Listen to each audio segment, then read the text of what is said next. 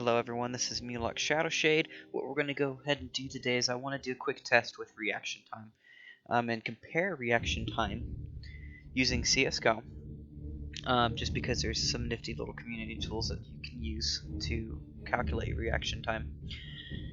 And that is just the time of when you see something to when you execute, fire, in this case, the gun at the target. So when you see the target, how long does it take? Now I want to see if the mice really does make a difference between wired and wireless. Now, there have been recent improvements in wireless mice which have reportedly gotten down their delay to such a point where it's negligible at this point. We don't have to worry about the delay. The delay is mainly coming from you, the player, not being able to react in time. And so what I wanted to do is with a brand new mouse, actually what I'm going to be using is the Razer Mamba wireless. The reason I want to use this is because first off it's new, second off it is a wireless gaming mouse, but third off, and this is the biggest important thing, I can actually switch it to a wired configuration. So right now I'm in a wireless configuration and I just have a whole cable plugged into my laptop at the current time, which I can easily just snap in to my mouse, and bada bing bada boom, we're now running in a wired configuration. It's mainly meant to charge the mouse, but also it provides a benefit. Hey, do you want that extra latency time from the wireless to disappear for competitive mode? So today what I'm going to go ahead and do is I'm going to go ahead and just do some quick matches using this nice little map for aim react, and we're going to compare to see what my reaction time is for the test. I have made sure that my mouse is fully charged at this point, just to make sure that everything is good to go. Alright, so we've got to go ahead and choose terrorist for this.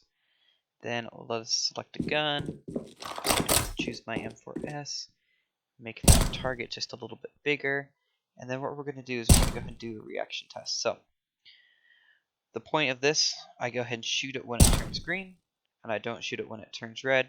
If I'm caught cheating by clicking too fast, then it will let me know, and it'll display all the results down here in my chat bar. So let's go ahead and do a first run through with and I've run through this a few times, a run through with the wireless configuration.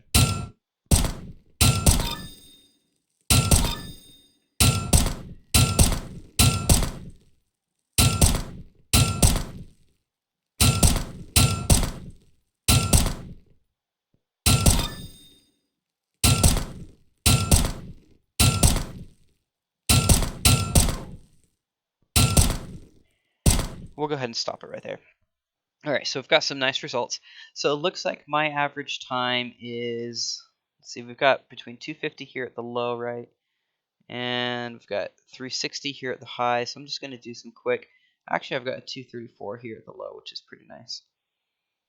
So let's go ahead and do some quick calculations there. I'm just going to go ahead and add some of these numbers up and give us a nice little base to start with the wireless. Now, if any of you guys gave up on math, just so you know, this is going to be really simple. I'm just going to add a few of the numbers up here. Then what you do is you divide it by the amount of numbers that you added up. So if I add up 10 numbers, I divide it by 10.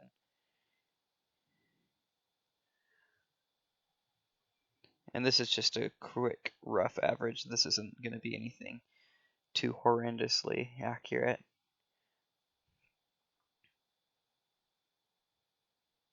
So it looks like it's about 300 milliseconds, and this is in the wireless configuration. Alright, so now what I'm going to go ahead and do is I'm going to go ahead and plug in my mouse and apparently take off. Let me go ahead and put that back on just because it works me. So now my mouse is in a wired configuration. Theoretically, I should see a dramatic decrease in latency, and response time should be better. So let's go ahead and try this again.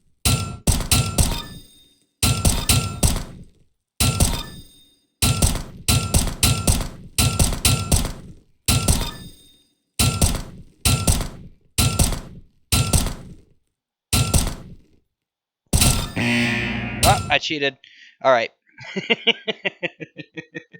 So let's go ahead right off the bat and to look at these scores. So I did score a pretty high one right here, at 453, 328, and 312. But you can actually see that overall, when we come down to this section right here, when I got into it just like I had beforehand with the wireless, that my numbers actually, just in general, are lower. In fact, so if we go back, my 296, which was the average, in this section is my highest. So obviously there is a difference. Now, that amount of milliseconds, will it actually necessarily improve your gameplay? It can.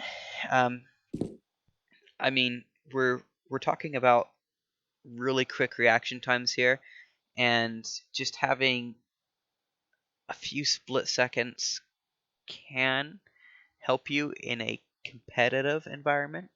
Now, for casual, I don't really care too much. I usually run my mouse in a wireless configuration just because it's more convenient, because there's got the drag from the wire and I don't have anything set up to handle that.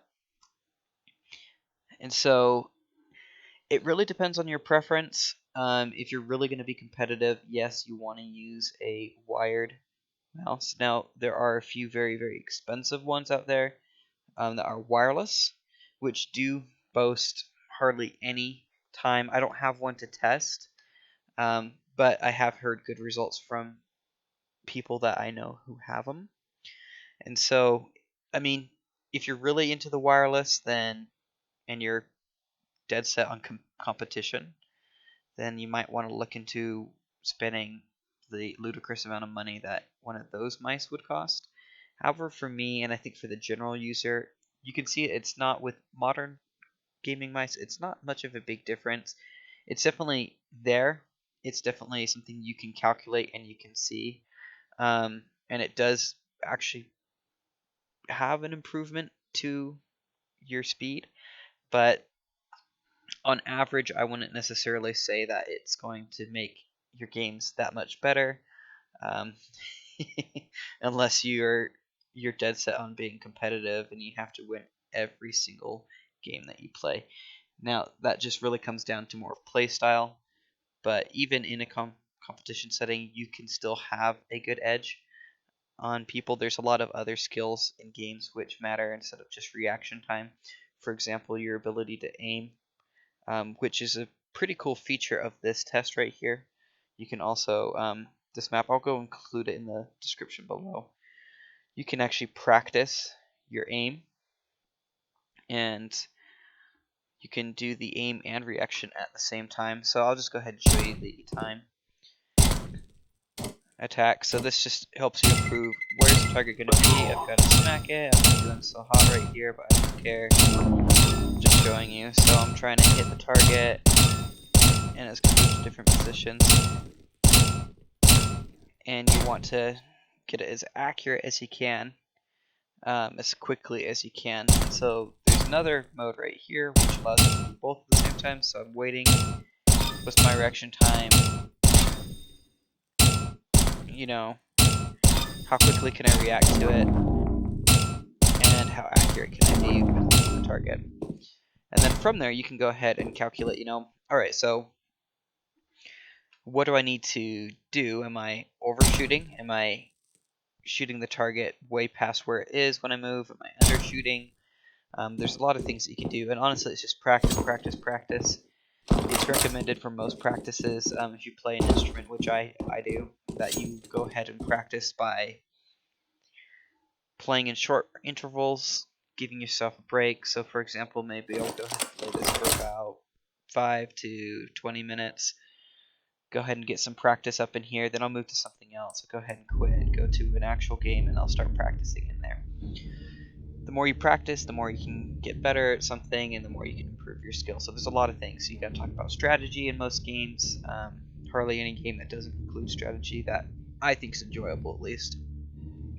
There is a skill that you can boost up from whether or not it's how quickly you can aim at a target, how quickly you can react at a target. There's a lot of different elements in play, and then simply, just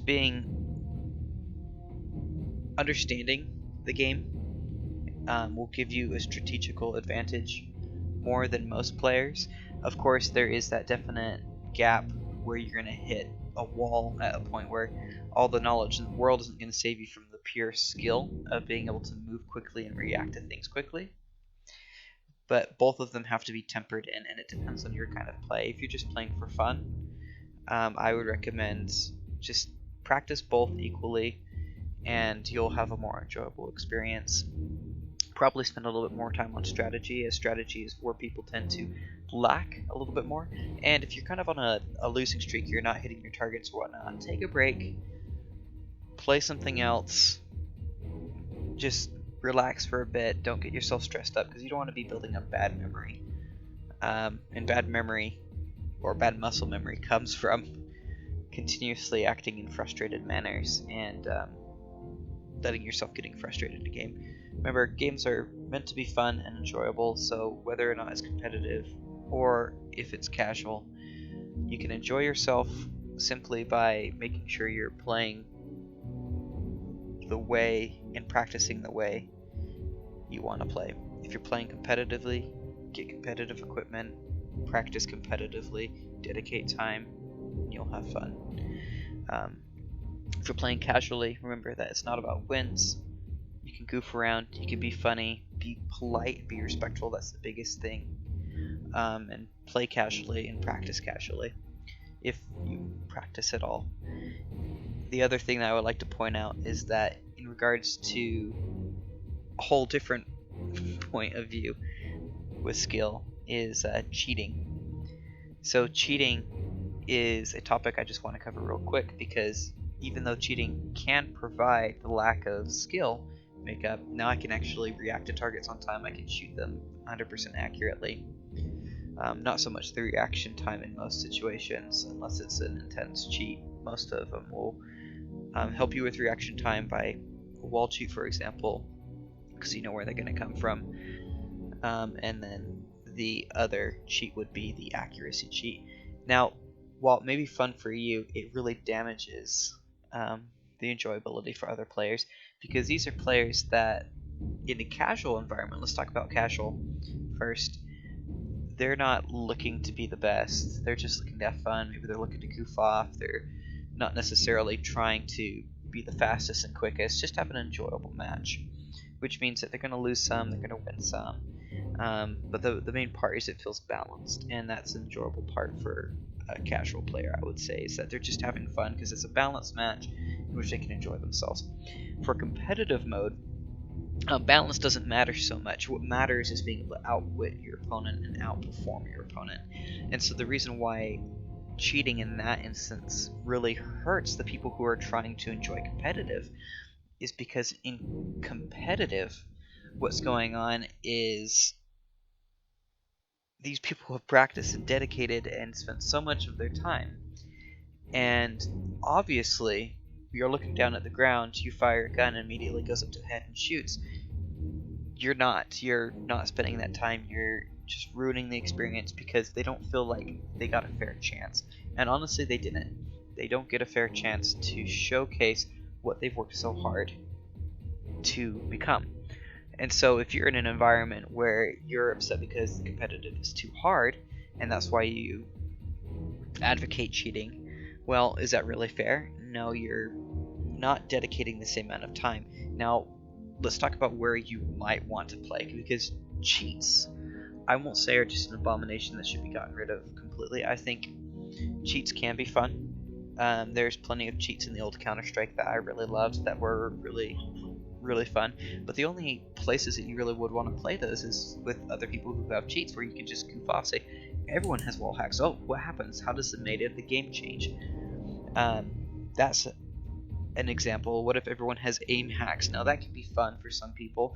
I don't enjoy it too much, but everyone gets on there, and then it's like, okay, now we're testing reaction time. So cheats can provide an environment, but usually when everyone else is on that same page, and the reason why is because it brings out a balance, and it respects the other players that you're playing with. If you're cheating, if you have access to something that nobody else has, and you're doing it because of you're trying to unbalance the game and frustrate players, well, that's just downright wrong. Or you're frustrating and unbalancing the players without purposely meaning to. It's just something enjoyable for you. Keep in mind there are other people out there. You're hurting their playtime. The other thing that you want to consider is in the competitive environment, it's not fair. It is dishonest. You are committing fraud. I mean, there's no real enjoyable part for the other players, and there's no real benefit for you. The only benefit from that comes from you is, you get these fraudulent and fake awards for something that you actually didn't perform well in. So you could say, hey, maybe I was an excellent programmer and that's why I was able to code this. Well, that's a different situation. You should be competing in a different environment, not competing in an environment of just playing this game. Because if you're playing a game and you're cheating, well, now it's no longer the right environment because nobody else created cheats, and so you're competing against people who haven't even played the game, technically, the game that you're playing. So just to boil it down, most modern equipment is good enough for you to have fun on. If you're going to be competitive, you need competitive equipment. You need wired mice, you need fast reaction keyboards, you need good screens. I'm currently rocking 144 Hz display right here. I personally downframe, I should say, my frame rate to about 71 frames per second for most games, and that's because I personally can't tell a difference, and it lightens load on my laptop, and so that's why I do it. I have bad eyes. It's very different for other people. If you have better eyes than I do, you can really take advantage of higher displays. Just get the right equipment for what you are going to play. If you're playing casual, then buy casual equipment. If you're playing competitive, you're going to be paying more, and that's just how it goes. Now, personally, this isn't sponsored or anything. I just want to say this because I love this mouse. The Razer mice are amazing. My favorite is the Naga Trinity. I use that one a little bit more for games like Age of Empires 2 or Dota, when I still play Dota, or World of Warcraft, ESO, games like that. The Razer Mamba I really enjoy more for first-person shooting, and it's a great programming mouse just because when I am programming or video editing or doing editing for photos, I have the advantage of being able to up and down my speed for my mouse. Now, you probably can't tell a big difference here, and that's mainly just because for me personally, I have a very small gap of just DPI changes, and I use it for different things. So I go all the way down if I'm doing special things on images. I go all the way up if I'm doing certain things while I'm programming. I'm snapping between different code segments. And then for games, usually I actually stick more around the middle, which is about 2200 DPI for me. Those speeds will all change depending on what you want. So if you're looking for a mouse, I would recommend the Razer Mamba, especially since it's wireless, but it can be charged, meaning you don't have to worry about batteries because you can just plug it in, charge it anytime. If you want to be competitive, you have that advantage of being able to plug it in, and it's fantastic. It's a great mouse. I absolutely love it, and it's been easy for me to use for my laptop. For desktop, I always use a wired mouse. I have a little dongle which allows me to make sure that cord is managed and I'm not getting cable drag. And then honestly, the Naga Trinity is a fantastic mouse since you can switch it out with the different sides. It just takes a little bit of time to get used to.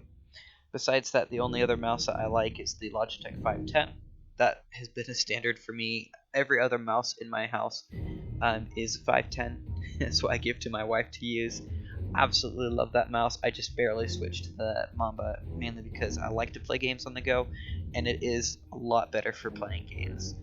However, for general work usage, I love the 510. That's also what I use it at work. So, hope you guys enjoyed this. If you guys have any questions or want me to test something else with my equipment, just let me know. I'll be happy to do so. Till then, have a good day and stay safe with everything going on.